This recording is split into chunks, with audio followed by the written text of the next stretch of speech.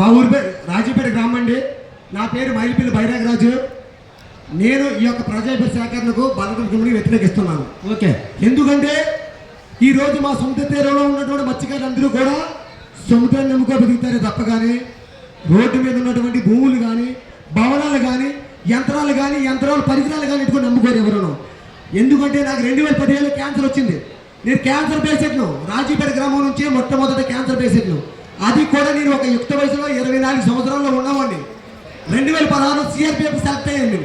CRPF select అయితే నాతో పాటు అందరూ జాబులు చేస్తూ ఉంటే నేను అనారోగ్యం బారిన క్యాన్సర్ హాస్పిటల్లో బసతార్ హాస్పిటల్లో నేను ట్రీట్మెంట్ తీసుకుంటున్నాను.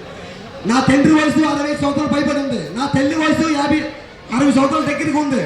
నేను కష్టపడి తెచ్చి పంచి సముద్ర వేటకి వెళ్ళి లేకపోతే ఏదో పని చేసుకో బతకొచ్చిన వయసులోని నాకు క్యాన్సర్ వస్తే నా తండ్రిని, నా తల్లిని, నా అక్క చెల్లెల్ని ఎవరు పంచుతారు? వాళ్ళకి వివాహాలు ఎవరు చేస్తారు? ఒకసారి మీరు ఆలోచించాలి. ఎందుకు వచ్చింది ఇది? ఈ క్యాన్సర్ ఎందుకు వచ్చిందని నిర్ధారణ చేస్తే హాస్పిటల్లో పొల్యూషన్. ఇది ముంబై, ఢిల్లీ.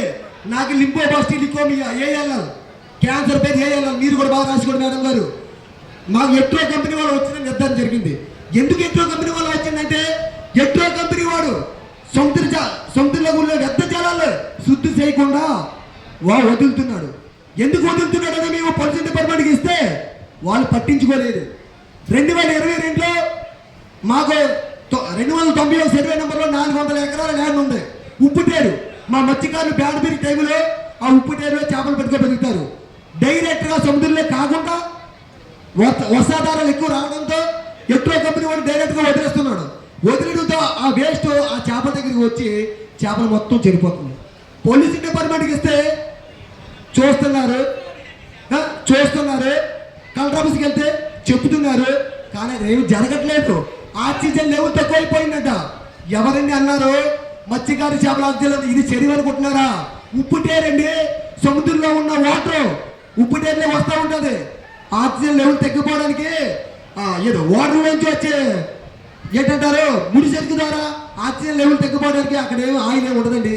ఎట్రో వాడు వదిలే వ్యర్థ జలాల వల్ల ఈ రోజు మొత్తం చేపలను చనిపోతున్నాయి. చనిపోయి పొల్యూషన్ అయిపోయి ఈ రోజు రాజీపేటలో క్యాన్సర్లో 51 మంది చనిపోయారు.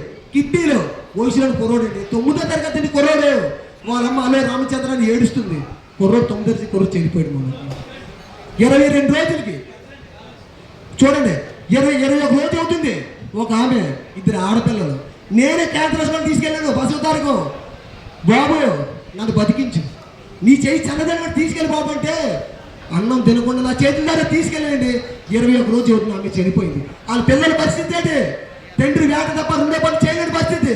మీరు కంపెనీలు పెడతారు, ఎవడోగో జాబులు ఇస్తారు, ఎవరికో ఏదో చేస్తారు. పొల్యూషన్ బోర్డు పట్టించుకోరే సుదర్శన్ గారు. మీరు వచ్చి డైరెక్ట్గా ఎట్రో కంపెనీకి వెళ్ళి వాళ్ళ కోర్టులో మీరు వచ్చి వాళ్ళ మధ్యలో పలికారే ఏమండి? మీరు కలరాల్సి రాలేదా? ఆధారాలు చూపించమంటారా? ఆధారాలు లేకుండా నేను మాట్లాడను. అన్ని ఆధారాలు ఉన్నాయి. ఏమండి ఒంగళపూడి అనిత గారు 2016లో భూములు ఇప్పించారే. భూములు ఇవ్వకపోతే బలవంతంగా కోర్టులో పెట్టి భూములు లేకుండా అన్నారే. మబ్బి పెట్టి మాయ చేశారు. తర్వాత ఏం చేశారు? కంపెనీలు వ్యతిరేకం అన్నారు. ఒక్క విషయం గమనించుకోండి. అక్క భార్య అయిపోరు, అన్నయ్య మామ అయిపోరు. ఒక పార్టీలో ఉన్నప్పుడు ఒత్తిడి వ్యతిరేకించినప్పుడు పార్టీ అధికారులు రాగాలి. కావాలని మీరు ఎందుకు అంటున్నారు? ప్రజలు అవసరం లేదా? రాజీపేట 2000 ఓటు మ్యాచ్ అట్టించింది అదే పార్టీకి. మీరందరూ ఏం చేస్తున్నారు? మా జీవితాలు పాడైపోవాలా? మా నాశనం అయిపోవాలా? మీరు ఆలోచించండి.